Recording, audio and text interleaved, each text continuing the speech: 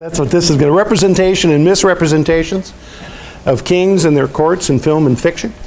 I have to confess that I've got a soft spot, some might say a sucker, for any kind of historical representation on film, even those god-awful costume dramas starring Errol Flynn many years ago. But you know, it's really interesting that these are, with the series, you know, these Netflix series and Amazon, I mean, these historical representation series are actually, there are a lot of them, you know, the Medici and the Borgia, and the, you know, so there's an audience out there. You'll probably, many of you are probably like me, that we, at one time or other in our careers, as teachers, tried to incorporate film into our classroom. The big question is what film? Of course, Return of Martin Guerre was a no-brainer. That was good history, but the question of how do you represent good history on film, of course, has been something historians wrestle with, and we try and ask our students, right, to wrestle with. I remember Bob Rosenstone wrote that book some years ago about film for historians or something like that, and he came up with that concept of, what was it, false invention versus true invention. It was really fun to watch my students wrap themselves in knots trying to figure out what true invention meant. Do you remember that? So anyway, we've got three really interesting papers today. The first, and we're just going to go according to the order in the program, the first will be by Charlotte Wells. We know, we early modernists, of course, know Charlotte as the author of Law and Citizenship in Early Modern France, which she published in 1995 with Hopkins. But recently, and she's done a lot of work with film and history, recently, I love the titles. These are Versailles on a Dark and Stormy Night, which appeared in Film and Fiction for French historians, right up our alley. And Keep Those Swords Away from the Computers, Boys, The Three Musketeers in the Classroom, which she published in Film and Fiction, also for French historians. That's all I have in hand. Yeah, so yeah, you're our resident expert.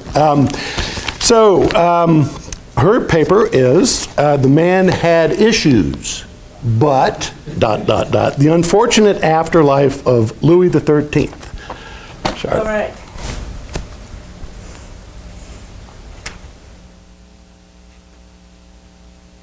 So I will beg my audience's pardon in advance. I'm a 16th century intellectual and legal historian who has somehow wandered into being a media critic in her old age. So if I'm missing something significant about King Louis, or you've got your favorite version of him, let's talk. We're all done.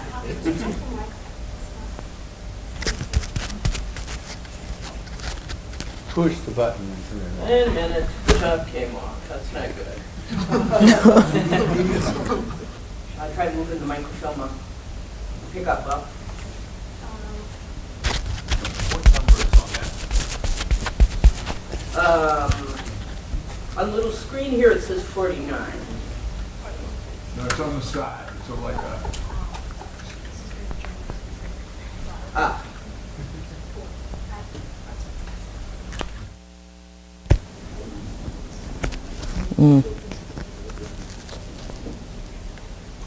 Are we good? Okay, back to the apology. I look forward to the audience's comments when we get done. So I am calling my presentation The Unfortunate Afterlife of Louis XIII. Louis de Bourbon, Louis XIII of France, grew up in what, from a 21st century standpoint, would be a very dysfunctional family. His father was known to have picked him up by the hair and encouraged his governess to beat him, often. His mother was emotionally aloof and neglectful. As a royal child, he was alternately indulged and disciplined by his attendants. His isolation became more acute after the death of his nearest brother. Small wonder that he grew up moody, withdrawn, and inclined to rely overmuch on favorites. Yet in spite of all these issues, he also managed to forcibly end his mother's control of government, defeat a major rebellion, select and work with a highly capable minister, oversee an important revision of French law, and father the king who would make France the center of European culture for the next 200 years. And he composed some rather nice music along the way. If I can get the darn link to work, we'll hear a little of it. Come on. There we go.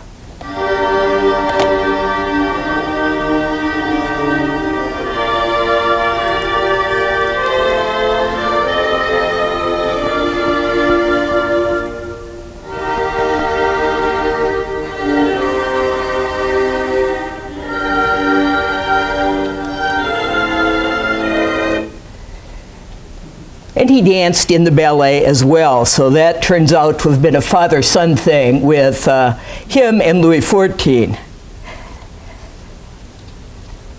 So, Louis XIII was, in short, a relatively successful monarch. Yet, he is not only obscure in comparison to his brilliant father and dazzling son, he lives in popular consciousness, as far as he does, as a mildly ridiculous figure betrayed by his wife and manipulated by his scheming prime minister. The blame for this loss of royal reputation can be placed firmly at the feet of Alexandre Dumas père and his enduringly popular series of tales set in the mid-17th to early 18th century. While there are several books in the series, I'm going to call them all The Three Musketeers. Louis XIII appears in the first of them, the actual Three Musketeers, and in the last of them, the less familiar Le Comte de Moret, known in English as the Red Sphinx. In the first of these, Louis is a cuckold in all but physical fact. In the second, he is a vicious monster. So there is no question about the source of the problem. The question is why? There seems to be no real reason that Dumas, a man who made several fortunes from exploiting the romance of the past, should have taken this particular monarch in such dislike. Possibly the dislike came not from Dumas, but from his collaborator, Auguste Maquet.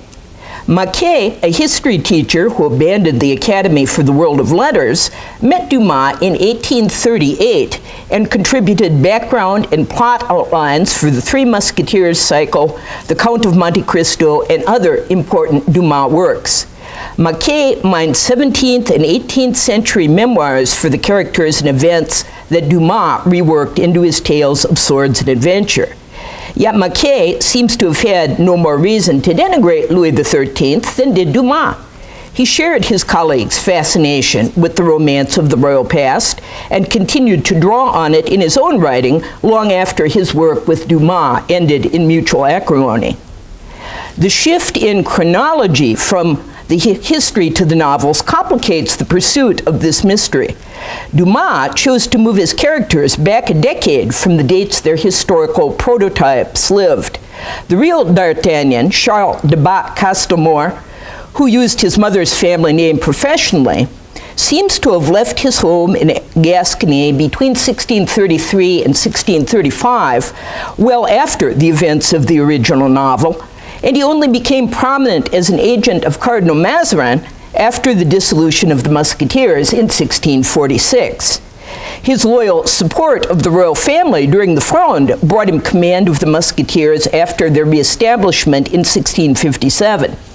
He served as king well until his death in battle in 1673, but that king was Louis XIV, not Louis XIII. The same is true for the originals of Athos, Porthos, and Aramis, although much less is known of their careers. Maquet utilized sources roughly contemporary with the real D'Artagnan's career when making the original story outlines. Thus, no eyewitnesses of the events they cover were involved in the making of the Three Musketeers stories. Maquet took much from the Mémoires de Monsieur d'Artagnan of Gatien Cortise de Sandras, which only appeared in 1700. Cortise was one of those writers who lurked around the fringes of literary society as the 17th century became the 18th. He earned a living and also some time in the Bastille by offering books that purported to open the private lives of the famous and powerful to the inquiring minds of an increasingly literate public. During his time in the Bastille, he may have interacted with its commandant, Baisemeaux, who had served with D'Artagnan in his early career. Whether Baisemeaux told stories or Cortez simply decided that D'Artagnan had been sufficiently famous to serve as a vehicle, we do not know. The memoirs are almost entirely fiction, and their portrait of Louis XIII owes more to gossip and to Cortez' imagination than it does to verifiable fact. Cortez has D'Artagnan at first impressed with the king, who gives him 50 louis d'or after his initial duels in support of the Musketeers. D'Artagnan recalls the king telling him, "I should take care only to be a worthy man, and he would not leave me to lack for anything." I regarded this as indisputable from the mouth of such a great king. But as time goes on and D'Artagnan's military career develops, he learns a healthy disrespect for the king, or at least repeats lots of gossip about him. Of his relationship with his final favorite, Cinq-Mars, Cortez D'Artagnan observes disapprovingly, "He even made him sleep with him, as if he could have made of him a mistress, without any concern that such a great intimacy, above all with a person of an age so different from his own, not only had something repugnant to the royal majesty in it, but might also make him regret it." This certainly makes the king look like a foolish lover, but it was written a half-century after the events. The historical D'Artagnan, whose life was marked by extreme devotion to the monarchy, is unlikely to have told such stories. The other sources on which Dumas and Maquet drew are also slightly shaky.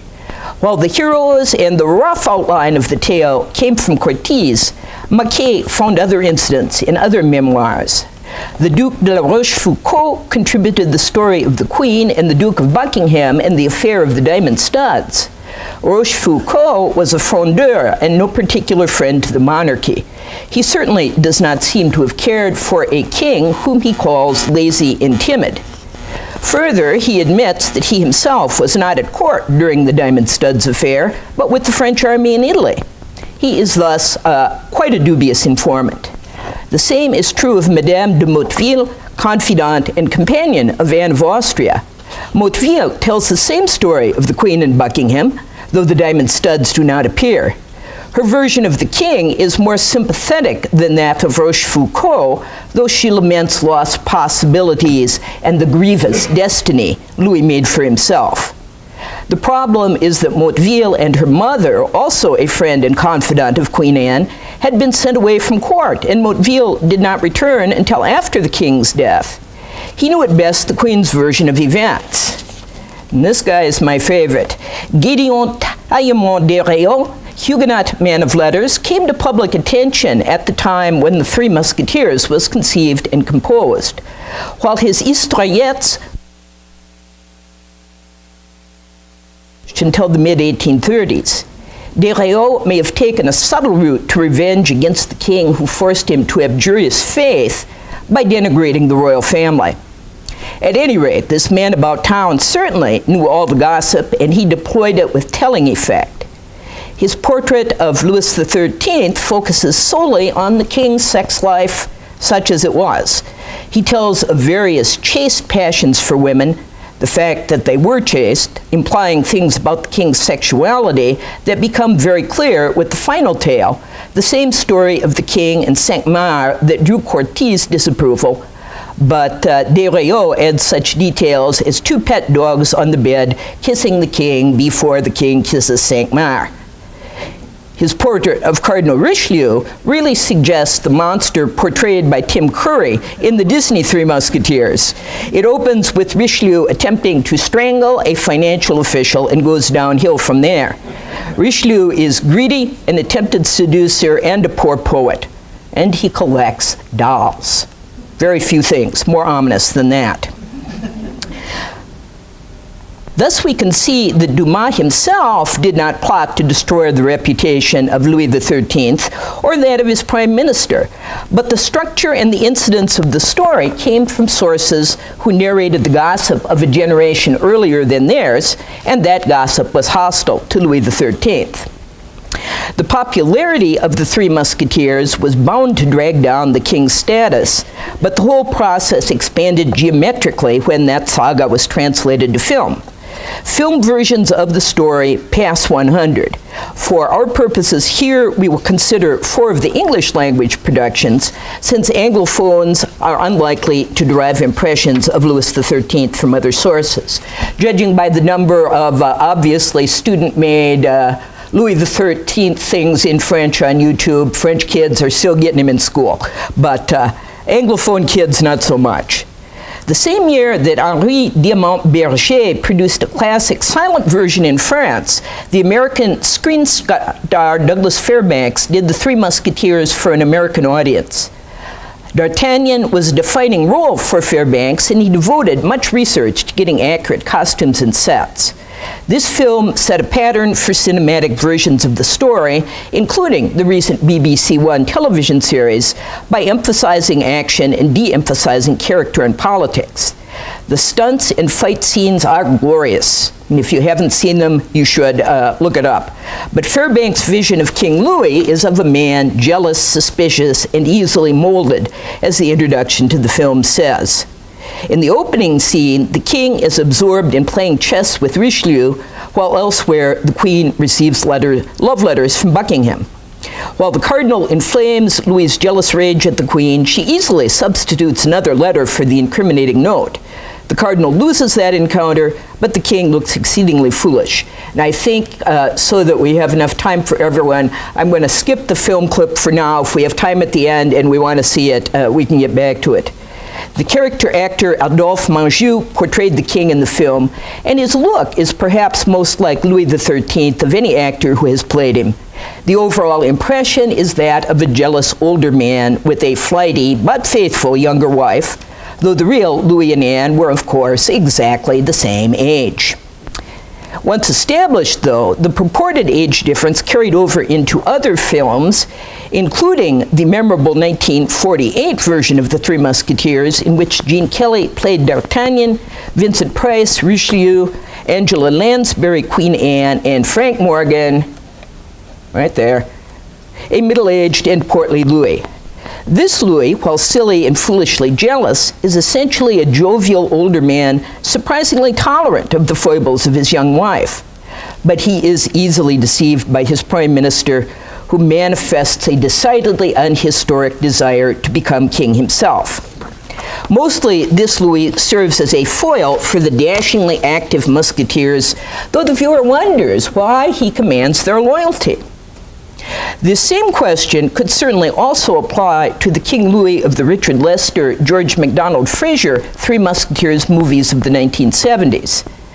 Jean-Pierre Cassel plays the king as a kind of Bertie Wooster with a Van Dyke beard, irredeemably silly.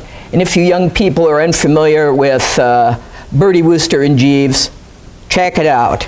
They're still hilarious. Charlton Heston as Richelieu makes an ominous Jeeves, but like that classic valet, he subtly steers his master in the direction he wants him to go. In a classic moment from the beginning of the second film, The Four Musketeers, Louis and Queen Anne enjoy a déjeuner sur l'herbe, complete with music from a rather large portable organ, while in the background, Richelieu supervises a series of hangings, presumably of rebellious Huguenot. But the king never looks up to see what is going on.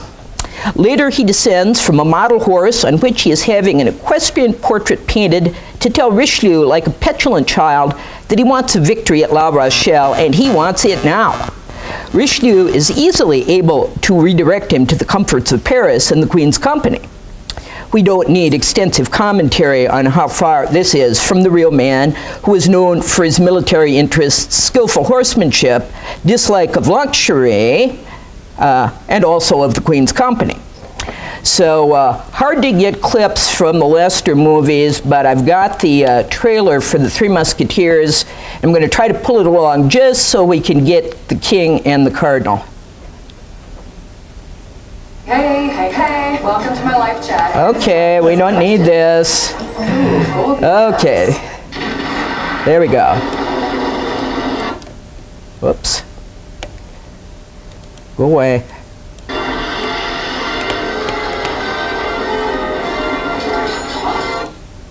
Reaction. You want to sleep with me? You need a good cuddle? She's the person. The romance. The excitement.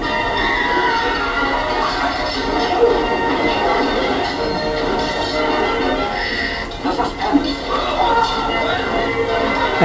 The fight in the laundry, it's classic. The Three Musketeers. A truly great film adventure. Your Majesty. Here we go. I refer to Cardinal Richelieu, which is not quite the same thing.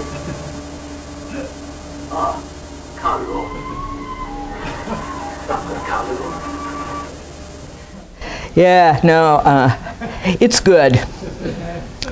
Ryan Gage's Louis in the BBC One series, The Musketeers, is in many ways the most interesting of the lot considered here.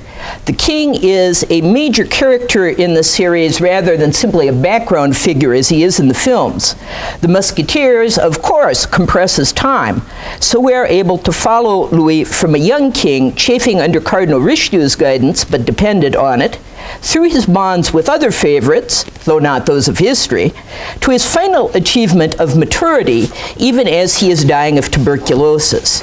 He is as fiercely jealous of his wife as Dumas' Louis, especially after he learns that his adored son is in fact the offspring of the musketeer Aramis. Yet he is able to move past it to an exhausted fondness as Anne tends him in his final illness and assures him that young Louis will be raised as Bourbon and nothing but Bourbon. That promise earns the Queen appointment as her son's regent, which was not, of course, the way the real Louis XIII left things. It took some maneuvering for the real Anne to achieve her position of authority. And that brings us back to the original problem. Though this version of Louis is likable and even admirable at the end, he is nothing like the real Louis XIII. While the series Louis is pious in a superficial way, he lacks the real man's religiosity. Even more markedly, he lacks the real man's involvement with his subjects, and especially with his soldiers. This Louis plans elaborate birthday parties for his son while his subjects starve in the streets of Paris. He seldom leaves his palace, while the real Louis was incessantly on the move. This Louis is no warrior. He needs the musketeers to show him how to fire a pistol, and Treville observes that the king has forgotten everything he ever learned about swordplay. And we could go on and on. At least Louis's death in the series brings on a period of change and upheaval, just as the real kings did. The true issue with all these versions of Louis XIII, from La Rochefoucauld to Dumas, from Dumas to BBC One, is that all of them serve a purpose aside from portraying the real king. The memorialists are concerned with justifying themselves or their factions, and Dumas needed a foil for his musketeers. That need became all the more acute once the story was translated to visual media. If Fairbanks is vaulting over the gate to the port in Calais, Manjou must portray the king in the palace stiffly bowing over the queen's hand. If Jean Kelly is leaping across the rooftops and slicing the breeches off the Red Guard, Frank Morgan must be barely able to move off his throne. The contrast is especially clear in the Lester films. Michael York's D'Artagnan is young, innocent, and very, very clumsy, except with a sword. But he is guided to excellence by his older, wiser mentors. Cassel's Louis is not young, but he is silly, and evidently not to be trusted on horseback, and he is guided further into incompetence by his wiser mentor. In The Musketeers, Gage's King Louis is the same age as his musketeers, but he is so separated from them by life experience that communication across the gulf is difficult, as in this bit from the first season, when the king decides, like Harun al-Rashid in the Arabian Nights, to dress like a common man and go slumming. So, whoops.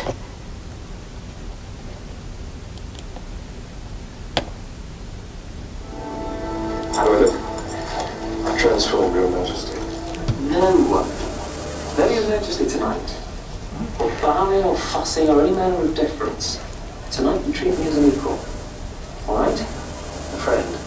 For one night, I will enjoy the same freedom as the most carefree peasant. Was a king be a slave to duty and his life? Tonight, I'm just like you. My tunic's coming back.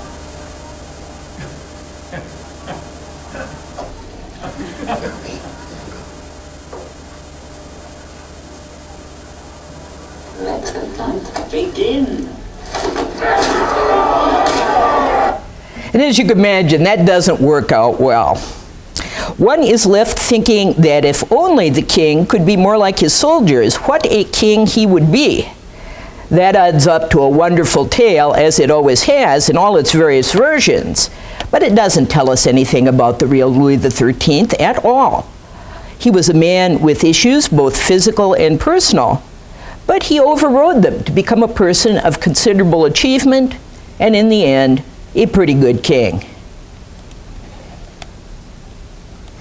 C'est tout.